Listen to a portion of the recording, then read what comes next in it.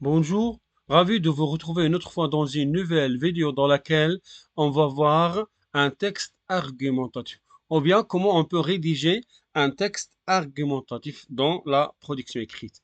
Donc, qu'est-ce qu'un texte argumentatif? Commençons tout d'abord par définir c'est quoi un texte argumentatif. Donc, un texte argumentatif est un texte dans lequel on cherche à convaincre ou persuader quelqu'un d'adopter notre point de vue. Pour cela, on avance des arguments, ça veut dire des raisons, et on donne des exemples pour rendre ces arguments plus concrets et plus convaincants. Maintenant, la structure du texte argumentatif. Vous connaissez quoi la structure? C'est il y en a l'introduction, le développement et la conclusion. Mais avant, on va traiter ou bien on va aborder un exemple ou bien on donne un exemple du sujet. Donc, l'Internet est-il un outil bénéfique ou présente-t-il plus de dangers que d'avantages? Donc, voilà le sujet. Prenons comme exemple. Donc, dans l'introduction, on essaie de voir, ou bien l'introduction, c'est une porte d'entrée dans le sujet. Elle sert à présenter le thème. Par exemple, dans nos jours, l'Internet est partout dans notre vie quotidienne. Ça, c'est présenter le thème. Poser la problématique, c'est la question qu'on va traiter. Faut-il encourager l'utilisation de l'Internet ou s'en méfier? Ça veut dire faire attention. Puis on a annoncer le plan. Dire qu'on va parler d'abord des avantages puis des inconvénients. Ça se trouve dans ce qu'on appelle l'introduction.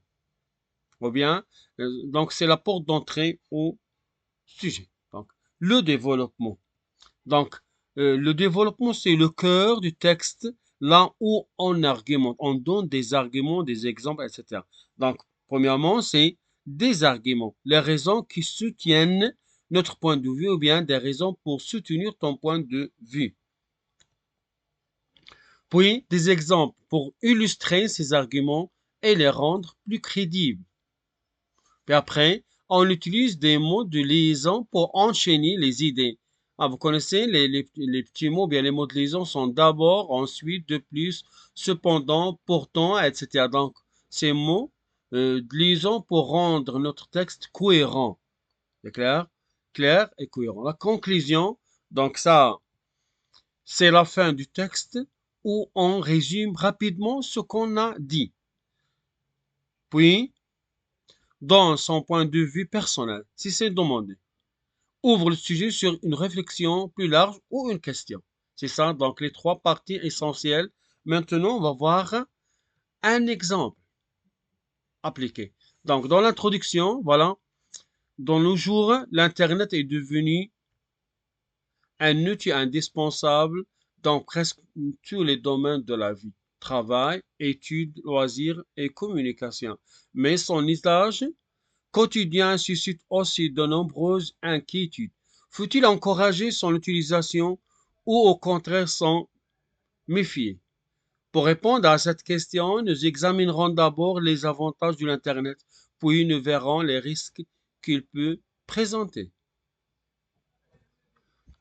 Le développement, le cœur du texte. Donc, commençons par des mots de liaison. On a utilisé ici des mots de liaison, vous voyez, en rouge. Donc, tout d'abord, l'Internet est une source immense d'informations.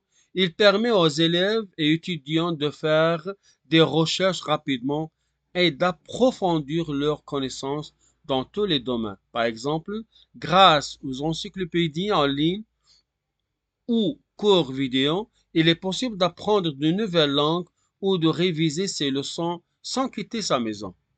De plus, l'Internet facilite la communication à travers le monde. Avec des applications comme WhatsApp, Skype ou les réseaux sociaux, on peut échanger instantanément avec des proches, même s'ils habitent de l'autre bout du monde. Cela aide à maintenir les liens familiaux et amicaux. Cependant, l'utilisation excessive de l'Internet comporte aussi des risques.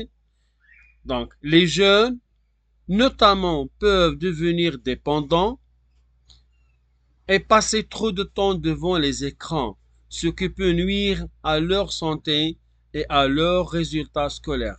De plus, l'Internet expose parfois à des contenus dangereux ou inapproprié.